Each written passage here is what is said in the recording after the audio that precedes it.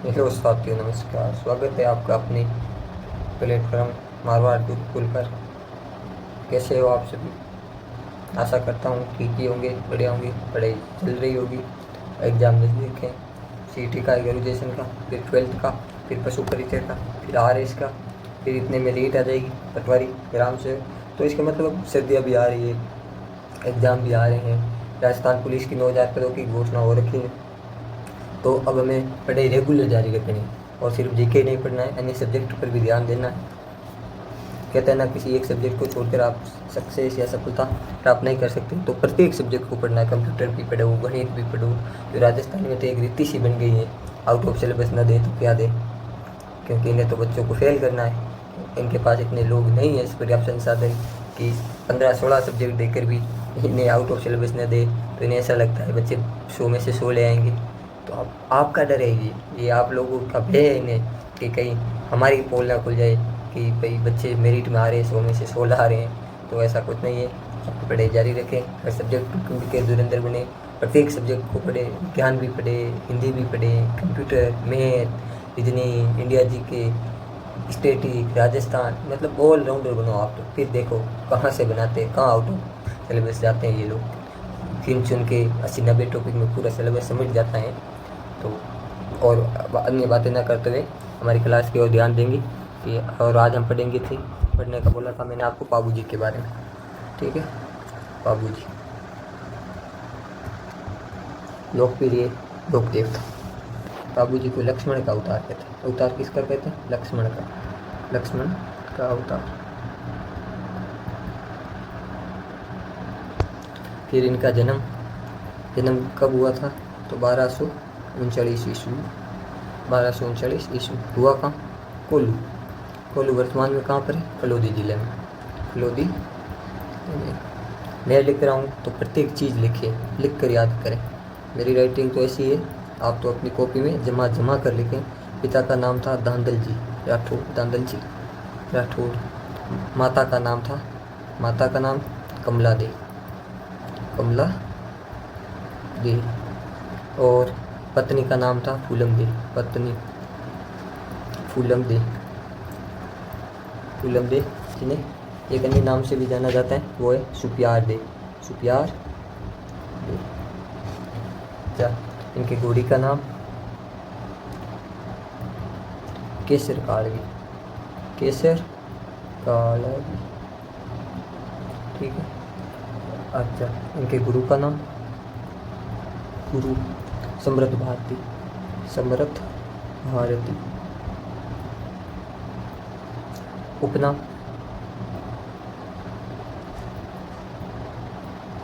ऊँटों के देवता, ऊँटों के देवता, गोरक्षक देवता, देवता, प्लेग रक्षक देवता। ऊँट बीमार हो जाता है, प्लेग हो जाता है, तो उस समय इनकी पूजा की जाती है। प्लेग रक्षक देवता और सर्प रक्षक देवता।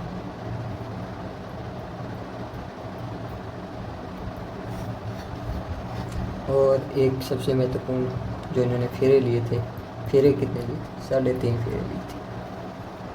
फेरे कहाँ लिए थे? अमरकोट। ये कहाँ की राजकुमारी थी? अमरकोट, अमरकोट, सोडा राज। ठीक है। इनके मित्र सहयोगी, सहयोगियों के नाम में आप लिखो चांदा, चांदा, डामा। और दो और बताओ, जिसमें हरमल जी व सलजी, हरमल जी एंड सलजी, सलजी। चांदा रेमा साबर वाला, भूमि पे बस गया बुढ़। याद होगी वो कविता तो,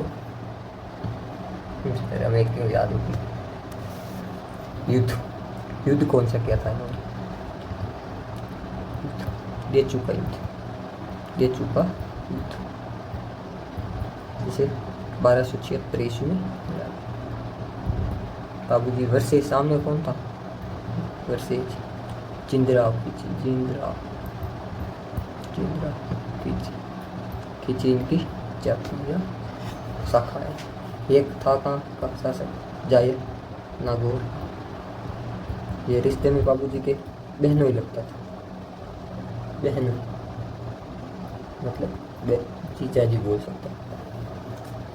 और बाबूजी इसने क्या किया था, देवल चारने की गायें चुरा ली, देवल चारने की गायें चुरा ली, गायें चुरा ली। तब देवल चारनी आ जाती हैं मरकोट और बाबूजी के सामने कहने लगती हैं कि आप तो बोल रहे थे मेरे रहते हुए कोई नहीं चुरा सकता, अब मेरी गाय चली गई, अब मैं क्या करूं, अब आप कहाँ गए आपके वचन। तो बाबूजी फिर उसे उठते हैं, 3.5 फेरे लेते हैं और सीधे चले जाते हैं जिंदराव के सामने और देचू के आसपास जिंदराव को घेर लेते हैं, युद्ध करते हैं। इनमें बाबूजी के बड़े भाई गुड्डू जी और चांदा डेमा सहित वहाँ पर वीरगति को प्राप्त होते हैं और उनकी पत्नी सुप्यादे जो 3.5 फेरे लिए थे, बाबूजी का चेहरा भी ना जानती थी, पी जाकर वो सती हो गई बाबूजी के साथ। और फिर गुड्डू जी के बेटे थे जडेजा जी, क्या नाम था उनका, जडेजा जी, जो अपने फूफा जी जिंदराव खींची से बदला लेते हैं, इन्हें मारते हैं। फिर वो रूपनाथ के रूप नाम से हिमाचल प्रदेश में पूजे जाते हैं। आज भी आप कभी हिमाचल प्रदेश साइड जाओ तो बसों के आगे लिखा होता है रूपनाथ। इसी के साथ हम आगे बढ़ते हैं, बाबूजी के बारे में अन्य जानकारियाँ वो प्राप्त करते हैं, पढ़ते हैं। अच्छा, एक अभी नया सवाल आया था, पिछले किस एग्जाम आया था कि ये बहनों था तो इस बहन का क्या नाम था, तो बहन का नाम था, बाबूजी के बहन का नाम था सोहन बाई। ऐसी जानकारियाँ पढ़ा करें, सुना करें, लिखा करें, मेहनत क्या करें। बाबूजी को ऊँट लाने का श्रेय जाता है, ऊँट लाने का श्रेय राजस्थान में किसको जाता है, वो बाबूजी को कहते हैं। श्रीलंका से लाए थे वाद्य यंत्र, बाबूजी के वाद्य यंत्र कौन सा बजाया जाता है, वाद्य यंत्र माट वाद्य यंत्र। सारंगी और रावण हंता वाद्य यंत्र बजाया जाता है। इसी के साथ पेन को थोड़ा पतला कर लेते हैं, जाता है।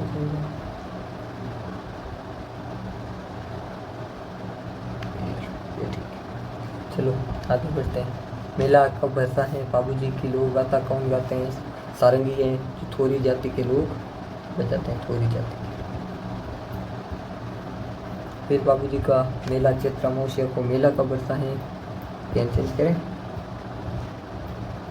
मेला चैत्र अमावस्या को चैत्र अमावस्या। फिर बाबूजी के बारे में मेले में थाली नृत्य होता है, थाली नृत्य। बाबूजी का मुख्य मंदिर कोलू में। अन्य मंदिर आहार उदयपुर, फिर आहार उदयपुर। एक ग्रंथ है बाबू प्रकाश, इसे किसने लिखा, बाबू प्रकाश को लिखा आसिया मोड़ी जी। अनुयायी या भक्त को क्या कहते हैं, अनुयायी को रेबारी या राइका, कहीं में दिवासी भी कहते हैं।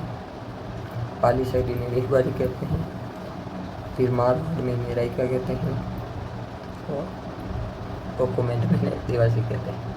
राइका बाग जिसे भी स्टेशन चर्चा में रहा जोधपुर का, उसी कारण रहा था। इनके अन्य बाबूजी के ग्रंथ हैं, जिनमें ये ग्रंथ है बाबूजीरा छंद,